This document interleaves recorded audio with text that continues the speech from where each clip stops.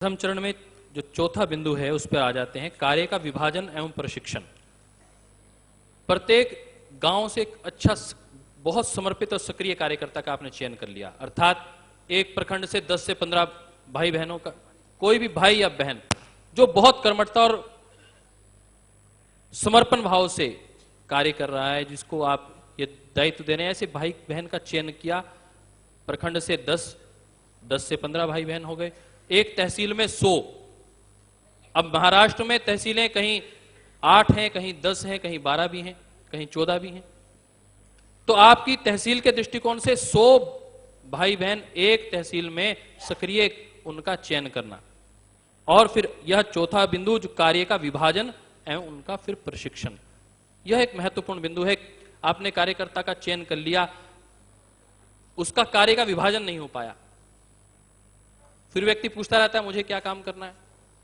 तो उसके कार्य का विभाजन हो जाए, उसको पता हो कि उसको इस वार्ड का दायित्व है, उसके पास इस ग्राम का दायित्व है, और इस ग्राम में इस बूथ का दायित्व है।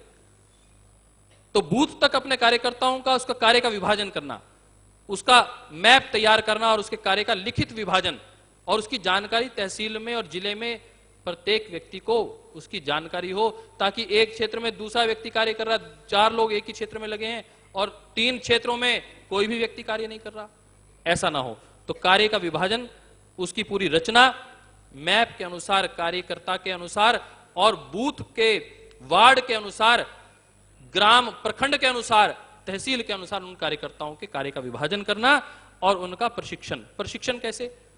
2 दिन आप चयन कर सकते हैं, शनिवार रविवार का दिन चयन कर सकते हैं, या जो सबसे ज्यादा अनुकूल हो उसमें प्रशिक्षण के बाद सेवा का दायित्व उनको निभाने के लिए प्रेरित करें, और संयुक्त रूप से तीनों कार्य कर सकें तो बहुत ही अच्छी बात है। जैसे पतंजलि योग समिति, भारत स्वाभिमान और युवा भारत का जो ये दायित्व संभालने वाली बात है, समितियों का निर्माण संगठन कार्य पद्धति में लिखे निर्देशानुसार करना है, और उसमें समाज के सभी वर्गों के सात्विक, समर्थ व जागरूक लोगों की भागीदारी हो।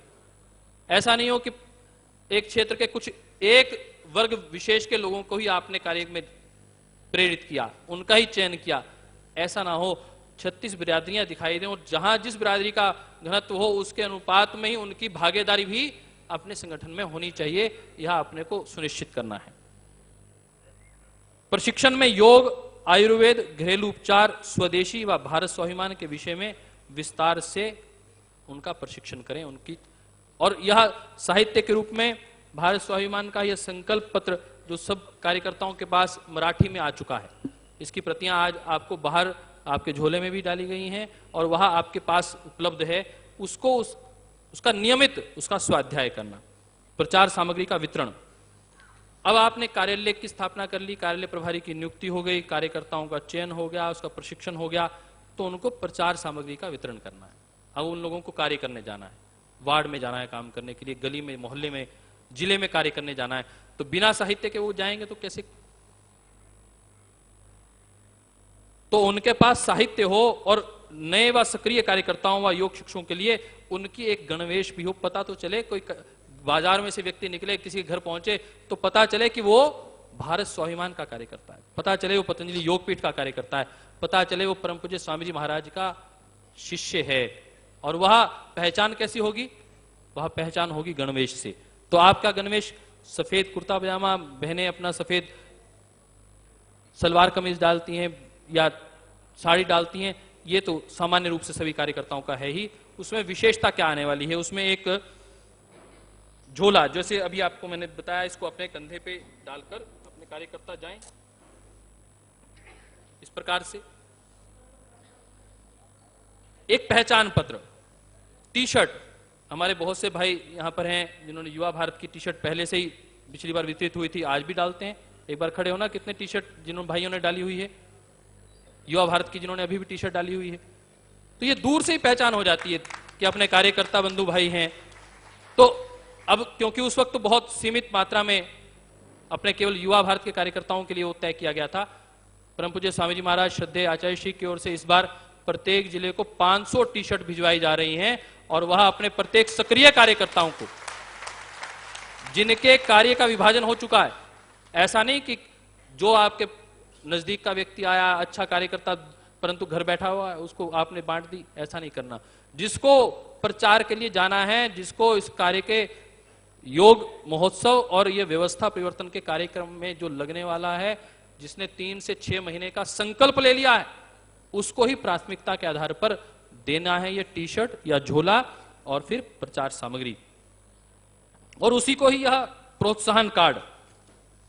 परम पूज्य स्वामी जी महाराज अभी प्रोत्साहन कार्ड के विषय में आपको विस्तार से उसके विषय में बता देंगे। यह प्रोत्साहन कार्ड केवल अपने सक्रिय कार्यकर्ताओं को और उन भाई बहनों को जो अपने क्षेत्र में, अपने गांव में, अपने वार्ड में जाकर कार्य करने वाले, उनको यह मिलने वाला है। ये कार्ड अभी जिला प्रभारी के हस्ताक्षर से कार्यकर्ताओं को दे दिया जाएगा।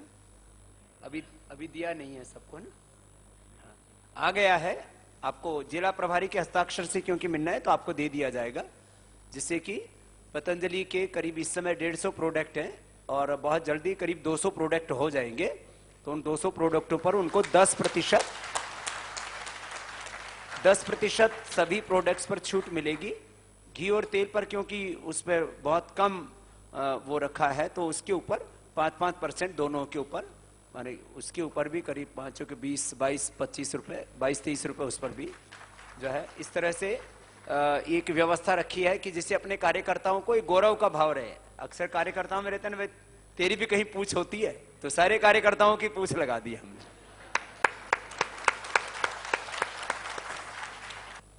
नियमित दानदाताओं की सूची, कार्यालय प्रबंधन में नियमित दानदाताओं की सूची बनाकर उनसे मासिक रूप से सहयोग लेना तुरंत शुरू करें।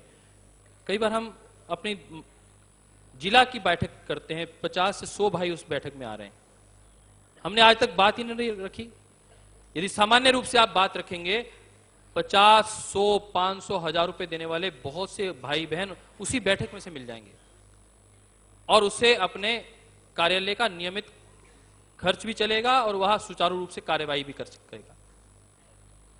तो उनकी एक सूची बनाना, दानी मासिक दान देने वाले भाई बहनों की, और उनसे दान संग्रह के लिए अपने कार्यालय प्रभारी को नियुक्त करना, उसका फोन नंबर, मोबाइल नंबर, उसका एड्रेस अपने पूरे रजिस्टर में एंटर करना। प्रयास करें कि वो स्वयं दे दे मासिक रूप से, और जो नहीं दे के आ सके उसके घर से भी जाके कार्यालय प्रभारी लेकर आ सके, ऐसी योजना पावती के साथ वह दे, इसको अपने को सुचारू करना है। लीगल टीम, जिले में एक लीगल टीम अवश्य बना लें, क्योंकि यह टीम कार्यक्रमों की अनुमति लेना, जैसे अभी परम पूज्य स्वामी जी महाराज के शिविरों की प्रक्रिया, विशेष योग दीक्षा सभाओं की योजना, और साथ में यह योग महोत्सव, इसका एनओसी का कार्य, क्योंकि आने वाले दिनों में जब यह 23 मार्च का यह कार्यक्रम रहेगा, उस दौरान ऐसा लगता है, ऐसी संभावना है कि चुनाव आचार संहिता लग जाएगी।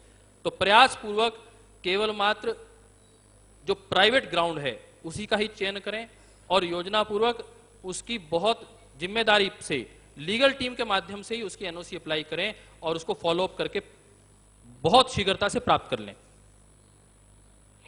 स्थान का चयन, योग महोत्सव के लिए स्थान की अनुमति लेने के समय किसी सरकारी स्थान का चयन ना करके किसी प्राइवेट स्थान का जो शहर के बीच में हो, हार्ट ऑफ द सिटी जिसे कहते हैं, वैसा होना चाहिए, जिसमें सबको पहुंचने में सहूलियत हो, पार्किंग की व्यवस्था हो और बिल्कुल शहर के भीतर हो, बिल्कुल अपने शहर के हार्ट में हो, बिल्कुल केंद्र में हो। ऐसे स्थान का प्राथमिकता के रूप में अपने को चयन करना है।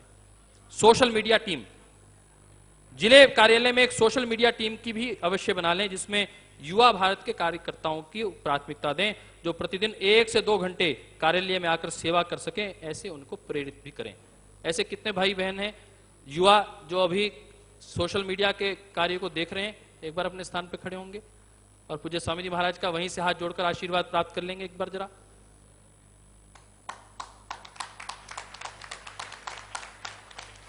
युवा भारत के भाई बहन जो सोशल मीडिया में कार्य कर रहे हैं सक्रियता के साथ, सक्रिय कार्यकर्ताओं का मापदंड, अब कौन से कार्यकर्ता सक्रिय हैं पूज्य स्वामी जी महाराज? सोशल मीडिया ऐसा नहीं कि खाली जवानों को ही करना है। आपके घर में बच्चे नहीं है क्या? वो क्या इंटरनेट का यूज नहीं करते? क्या फेसबुक का, ट्विटर का कभी इस्तेमाल नहीं करते? तो उनको भी भारत स्वाभिमान के इस अभियान से जोड़िए और स्वामी रामदेव के नाम से अपना ये फेसबुक अकाउंट है, जिसमें करीब 20 लाख से ज्यादा लोग इस समय जुड़े हुए हैं। अभी 2-3 महीने में 1 करोड़ से ज्यादा ये कर रहे हैं, ये टारगेट है अपना। तो हर घर में कम से कम 1-2 कार्यकर्ता ऐसे जरूर हैं, 1-2 बच्चे ऐसे जरूर हैं जो फेसबुक का, ट्विटर का यूज करते हैं। तो उनको सभी को स्वामी रामदेव के नाम से जो फेसबुक अकाउंट है और ट्विटर अकाउंट है उससे जरूर जोड़ना। और आज की डेट में भी सबसे स्ट्रोंग यदि कोई सोशल ऑर्गेनाइजेशन है फेसबुक पर तो वह अपना भारत स्वाभिमान ही है।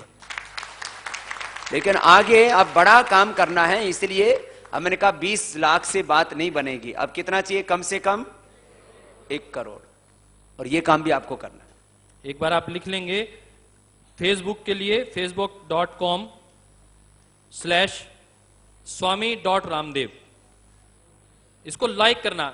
मतलब आप मुख्यालय के द्वारा जो जो पोस्टिंग होती है उसको यदि लाइक भी कर लें, उसमें अपने कमेंट्स डालने की आपके पास समय नहीं है तो भी आप केवल लाइक करते जाएंगे तो एक बड़ी श्रृंखला शुरू हो जाएगी उसकी। facebook.com/ramdev.com। और दूसरा ट्विटर अकाउंट है twitter.com/योगऋषि रामदेव। इनको फॉलो करना, ये फॉलो का एक ऑप्शन आता है ट्विटर में, उसको फॉलो का बटन दबाएंगे, उसको फॉलो करना शुरू हो जाएंगे। और उसके बाद आप उसे जो मुख्यालय द्वारा ट्वीट होते हैं उसे रीट्वीट कर सकते हैं। एक ऑप्शन आता है कोट द ट्वीट और रीट्वीट, तो कोट द ट्वीट में जाकर भी काम कर सकते हैं और या फिर रीट्वीट में जाकर उसको रीट्वीट करें। कार्यालय और कार्यालय प्रभारी के लिए कुछ संसाधन मुख्यालय द्वारा निर्धारित किए गए हैं। आप लोग उन संसाधनों को लिख भी लें क्योंकि वह प्रत्येक जिले में अपने को उपलब्ध करवाने हैं। परम पूज्य स्वामी जी महाराज श्रद्धाचार्य श्री के पावन निर्देशन में मुख्यालय द्वारा सेवा सहयोग राशि आपके प्रांतीय मुख्यालय को प्रेषित की जा चुकी है। अब उसमें से वह कौन से कंपनी का कंप्यूटर खरीदना है, कौन सा डेस्कटॉप खरीदना है, कौन सा प्रिंटर खरीदना है, कौन सा मोबाइल खरीदना है, उसकी कंपनी का भी निर्धारण कर दिया गया है। और वह सूचियां आपके जिले के इंटरनेट आपके ईमेल अकाउंट में भी कल संवाद की ओर से आ चुकी हैं। आप उसको देखेंगे तो उसी आधार पर उसकी परचेजिंग की प्रक्रिया, उसके क्रय करने की प्रक्रिया आपको तुरंत आरंभ करनी है। एक मोबाइल फोन कार्यालय संसाधन में internet data card, desktop computer, laptop computer नहीं लेना है, डेस्कटॉप कंप्यूटर ही लेना है, प्रिंटर, कार्यालय का साइन बोर्ड। कार्यालय के लिए ऊपर जो बोर्ड आता है वो निर्धारित कर दिया गया, आपकी मेल पे हम डाल चुके हैं, आप उसे आपने देख लिया होगा और नहीं देखा तो उसे कृपया देख लीजिएगा। कुर्सी, मेज, अलमारी ये सबके जिले में है, यदि नहीं है तो उसकी व्यवस्था। माइक सबके जिलों में पहुंच चुका है, फिर भी यदि माइक की कहीं आवश्यकता है तो माइक की व्यवस्था करना। प्रचार प्रसार सामग्री जिसके लिए आपको निर्देशित किया जाए वो प्रचार प्रसार सामग्री साहित्य को आपको प्रकाशित करवाना अपनी क्षेत्रीय भाषा में या हिंदी में, तथा 2 पहिया व 4 पहिया वाहन आदि सम्मिलित हैं। कार्यालय का साइन बोर्ड पूरे देश में सब जगह एक ही जैसा रहेगा। इस बात का ध्यान रखना है कि जो आपको डिजाइन भेजा जा रहा है वो पूरे देश भर में एक रहने वाला है, उसमें कोई संशोधन आप अपनी ओर से ना करें। हमारा उसमें विनम्र आपसे अनुरोध यह रहेगा कि आप उसमें यदि आप अपनी उसमें क्षेत्रीय भाषा कहीं डालना भी चाहते हैं तो ऊपर अपनी जो उस भाषा में आया है, देवनागरी में आया है, तो उसे ऊपर रख के नीचे अपनी क्षेत्रीय भाषा में डालना चाहें तो भी डाल सकते हैं, परंतु आपको डिजाइन में कोई फेरबदल नहीं करनी है। कार्यालय प्रभारी के दायित्व एक बार फटाफट, अपने बहुत से भाई यहां पर ऐसे हैं जिन्होंने कार्यालय का पहले से ही दायित्व ले लिया है जिले का, परंतु आप सबसे अनुरोध है, जितने भाई बहन सुन रहे हैं, आप भी कार्यालय प्रभारी के रूप में अपनी सेवाएं दे सकते हैं। जो अपने को इस कार्य के लिए उपयुक्त समझ रहा है समय दे सकते हैं। 4 घंटे से 8 घंटे वो अभी भी अपना नाम लिखकर मंच पे भी दे सकते हैं। क्या कार्य कार्यालय प्रभारी को करने होंगे पहले ये जानना आवश्यक है, तो आप देख लीजिए, लिख लीजिए। संवाद व संपर्क, कार्यालय प्रभारी को संगठन की 5 इकाइयों से अर्थात भारत स्वाभिमान, युवा भारत, किसान पंचायत, पतंजलि योग समिति, महिला पतंजलि योग समिति, इन पांचों संगठनों से निरंतर संवाद करना, संपर्क बनाकर रखना है। संपूर्ण विवरण व मोबाइल नंबर का जिला, तहसील, बूथ, वार्ड, प्रखंड व ग्राम प्रभारियों तथा वरिष्ठ व सक्रिय कार्यकर्ताओं का डेटाबेस कंप्यूटर में तैयार करना। पांचों इकाइयों की साप्ताहिक, मासिक प्रगति रिपोर्ट, ऑडिट, वार्षिक रूप से जो ऑडिट होती है, समय से भी पहले उसको ऑडिट करवाकर और मुख्यालय में भेजना। प्रतिमाह दान व सेवा सहयोग की खर्च का ऑडिट रिपोर्ट करवाना। अप्रैल से मई तक उसका ऑडिट का काम पूरा हो जाए और जून तक हमारे पास पहुंच जाए ऑडिट, ये ऐसा तय करना। रसीद बुक्स का संपूर्ण विवरण कंप्यूटर में रखना। किसको कितनी रसीद बुक दी गई, कितनी पेंडिंग है, उसकी पूरी जानकारी कंप्यूटर में एंटर हो। योग कक्षा किस जगह लग रही है अपने जिले में, कौन से गांव में, कौन से वार्ड में, कौन से तहसील में लग रही है, शहर में कहां कहां लग रही है, क्या समय है उसका, कौन सा शिक्षक ले रहा है, उसका मोबाइल नंबर क्या है, उसका पूरा विवरण अपने को तैयार करना और प्रांतीय और मुख्यालय में, कार्यालय और मुख्यालय में भेजना। प्रांतीय कार्यालय और मुख्यालय से जो डाक आती है, जो मेल आती है, उसका प्रिंट निकालना और उस पर समुचित आवश्यक तुरंत कार्रवाई करना और संबंधित व्यक्तियों तक उसे शीघ्रता से पहुंचाना। मानना कि आपकी महिला प्रभारी के लिए एक मेल आई है तो महिला प्रभारी तक तुरंत पहुंचना। माना वो युवा भारत के भाई के लिए आई है, निर्देश आया है युवा भारत के लिए, तो उसको एक प्रति जिला प्रभारी के पास जाए, परंतु मुख्य रूप से युवा भारत की है तो उस तक तो अवश्य पहुंच जाए और समय से पहुंचे। कार्यालय में आने वाले नए व्यक्तियों का, योग्य व्यक्तियों का चयन करना, उनका समुचित प्रशिक्षण दिलाकर जिला संगठन में सलाह करके उन्हें सामर्थ्य अनुसार दायित्व दिलवाना। योग संदेश तथा स्वदेश स्वाभिमान का सदस्य बनाना, उन्हें संगठन में जोड़ना और कुछ व्यक्तियों को योग संदेश के विस्तार हेतु योग संदेश का प्रभारी भी नियुक्त करवाना।